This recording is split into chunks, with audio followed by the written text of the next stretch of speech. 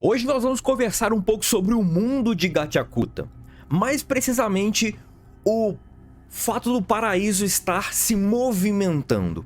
O que isso significa? Por que ele se movimenta? Eu estava esperando muito para fazer esse vídeo e finalmente nós tivemos o lançamento do capítulo 2 do anime, do episódio, no caso 2 do anime, onde o Engine, sim, fala exatamente isso, que Urudo talvez não vai conseguir chegar ao paraíso porque, primeiro, não tem como na cabeça do Engine, e segundo, o paraíso está em constante movimento. E o que isso significa? E isso significa, na minha visão, a manutenção da saúde do paraíso. E eu já vou explicar aqui para vocês tudo isso. Mas antes, eu peço para vocês se inscreverem, curtirem, compartilharem esse vídeo para me ajudar a continuar crescendo e espalhar ainda mais Gachakuta por aqui. Vamos? Eu tô trazendo conteúdo de Gachakuta bastante desde quando o anime saiu, então eu espero que vocês estejam gostando e apoiem o canal em relação a essa obra, belezinha? Tem redes sociais, Discord e tem também mangás em promoção aí embaixo na descrição. E bora começar, porque a gente tem que contextualizar aqui a situação, né? No capítulo 2, quando o Urudo ele começa a ser puxado ali pelo Engine, nós temos Urudo falando do desejo dele de voltar para o paraíso, né? E o Engine ele fala que isso é impossível porque o paraíso ele está se movimentando. E certamente quando a gente pensa nessa divisão de mundo de Gachakuta, a gente acha que o paraíso cobre o abismo inteiro, mas não. Aparentemente o paraíso é um pedaço de terra significativamente menor do que o abismo. E esse movimento do mundo, esse movimento do paraíso, por que isso está acontecendo? E aí a gente vai para o capítulo 8, onde tem a explicação de como o abismo é dividido, que vai ser importante aqui. Eu até fiz um vídeo sobre a divisão do mundo em Gachakuta e eu expliquei que no abismo a gente tem algumas zonas, algumas separações entre zona segura e domínio poluído ou zona poluída. Só que dentro dessa zona poluída, eu esqueci de colocar que tem outro ponto. A zona poluída pode ser dividida em duas, zona poluída e zona proibida, que é uma zona poluída, mas é uma zona poluída pior. Por quê? Porque tem criaturas de lixo que às vezes nenhum giver é capaz de dar conta. Em 15 minutos que você fica lá sem máscara, você morre. E nós temos um limite dessa zona proibida, do domínio proibido. Nós temos até então a existência de 6 domínios confirmados. Não significa que só existem 6, tá? Mas confirmados só existem 6. E no mangá nós já tivemos 3. Onde Urudo caiu, só que a gente não tem o nome desse. Nós temos o Penta, que é onde aconteceu toda a treta com a Amo. E nós temos a Tori, que é onde aconteceu a treta lá com Kuro e com Zodil. Nós temos esses 3 domínios proibidos. Cada domínio nós temos uma particularidade. No domínio onde Urudo caiu, a gente vê ali muitos pedaços de metais. No domínio da Amo, a gente vê areia. Areia que vem ali da decomposição do lixo. Aquilo não é areia, tá? É lixo em pó, né?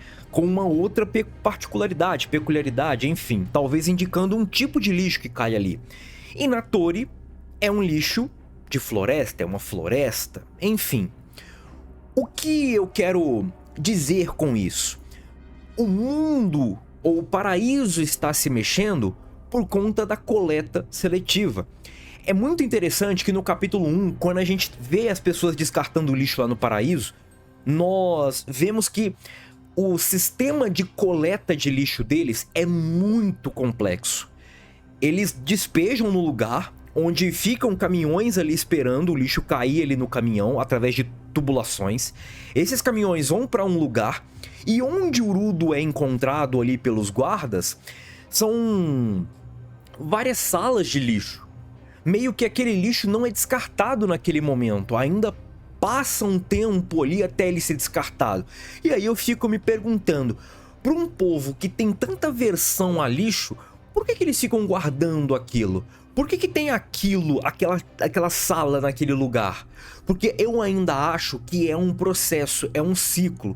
O processo onde eles coletam, onde eles separam, e o ciclo. E que ciclo é esse? O ciclo do paraíso girando. A C1000, ela fala que existem 6 domínios poluídos. Os domínios poluídos proibidos, no caso, são domínios onde cai muito lixo. É onde tem um acúmulo de lixo gigantesco, então a gente entende que é onde o lixo cai. E por que que o paraíso ele gira? Porque em cada um dos domínios que nós temos, cai um tipo específico de lixo. Por exemplo, o lixo orgânico cai na floresta Tori. O plástico, aço ou lixo industrial cai onde o Urudo caiu. E talvez a Amo tenha um lixo específico, onde a Amo morava, né? No deserto Penta, tem um lixo específico. E é muito interessante que eu fui pesquisar aqui os tipos de lixo, e nós temos entre 5, 6 e 7 tipos de lixo. Na verdade tem muito mais, mas um padrão que eu consegui aqui identificar é que tem uma média de 5, 6 a 7 tipos de lixo, como por exemplo, lixo doméstico, lixo industrial, lixo hospitalar, agrícola, eletrônico e radioativo.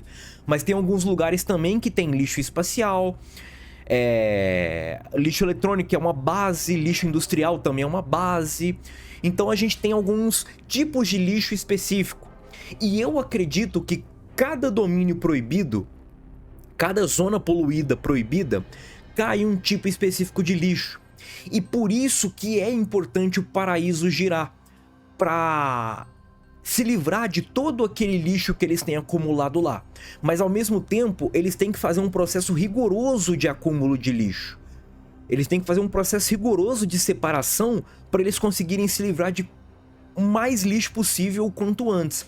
E é aí que talvez nós temos a problemática do mundo e talvez como destruir o paraíso. Porque se isso tá girando, existe um ciclo, existe algo ou alguém que faz esse ciclo acontecer. O que que é esse algo ou alguém que faz esse ciclo acontecer? Talvez sejam os totens que tem desenhado nos murais dos conjuradores. O mural dos conjuradores pode nos contar muito sobre essa história e indicar talvez o que que acontece quando talvez o mundo está girando, ou quando o paraíso está em cima de um lugar específico. Lembra que eu sempre nas reviews acabo falando sobre os símbolos que tem ali junto da série de Vigia? Se eu não me engano tem outros 2, 3 símbolos ali junto da série de Vigia. Talvez cada símbolo signifique um tipo de lixo, signifique um grupo de armas especial que vai fazer talvez com que, ou ganha força talvez com um lixo específico, com um tipo de lixo específico. E aí tem um grupo de armas para um lixo tipo durudo ali, um lixo mais reciclável, tem um tipo de arma para lixo industrial, tem um tipo de arma para lixo hospitalar, lixo eletrônico, lixo radioativo. E por isso que é importante esse ciclo acontecer. Agora tem os questionamentos, as perguntas. De quanto em quanto tempo o paraíso gira? Porque o engine fala que ele está em constante movimento, então aparentemente ele não para em momento nenhum. Então por quanto tempo será que ele consegue meio que ir de um lugar para o outro? Quanto tempo para sobrevoar, vamos dizer assim, um domínio Penta por inteiro, o domínio Tori por inteiro?